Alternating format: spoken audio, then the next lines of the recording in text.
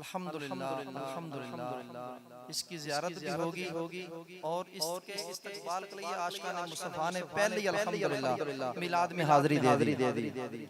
بہت خوش بختی کی بات ہے۔ توجہ چاہوں گا، چاند شعر پیش کر کے اجازت چاہتا ہوں۔ سرکار کی آمد سے پہلے، سرکار کی آمد سے پہلے ویرانہ ہی ویرانہ تھا، سرکار کی آمد سے پہلے ویرانہ ہی ویرانہ تھا، سرکار کی آمد سے پہلے ویرانہ ہی ویرانہ تھا، کونین سجا دی مولا نے، کونین سجا دی مولا نے، آخر محبوب نے آنا تھا، سرکار کی آمد سے پہلے دوزخ کو بجھایا خالق نے، جنت کو سجایا خالق نے، دوزخ کو بجھایا خالق نے اور جنت کو سجایا خالق نے، ہر چیز سجا دی مالک نے، ہر چیز سجا دی مالک نے، جس رات حضور نے آنا، ہر چیز سجا دی مالک نے، جس رات حضور نے آنا تھا، سرکار کی آمد سے پہلے افلاک پہ جھلمل تاروں کی گلشن میں شان بہاروں کی،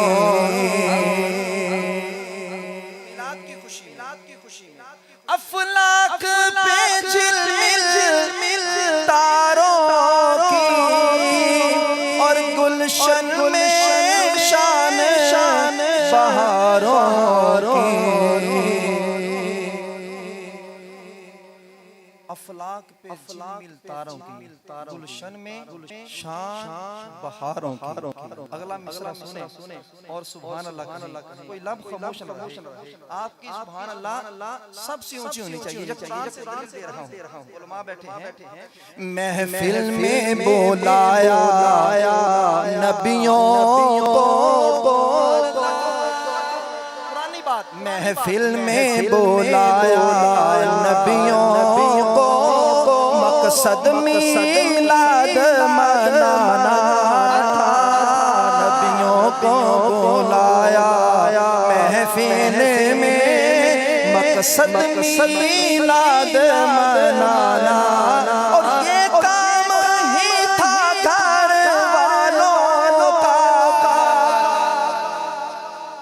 یہ کام ہی تھا گھر والوں کا، گھر والے ہی کر سکتے تھے۔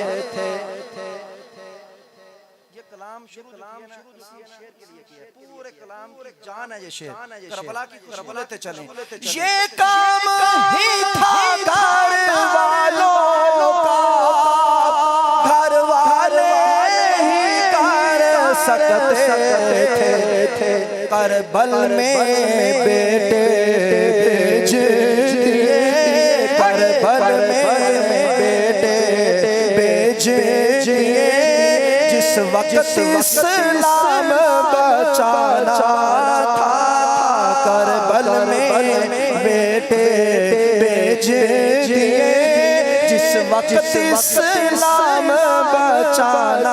آخری شعر محشر میں ساری خلقت کو یکجا کر دینا اے ناصر. محشر میں ساری خلقت کو یکجا کر دینا اے ناصر. در اصل زمانے والوں کو در اصل زمانے والوں کو اپنا محبوب دکھانا. در اصل زمانے والوں کو اپنا محبوب دکھانا تھا. سرکار کی آمد سے پہلے ویرانہ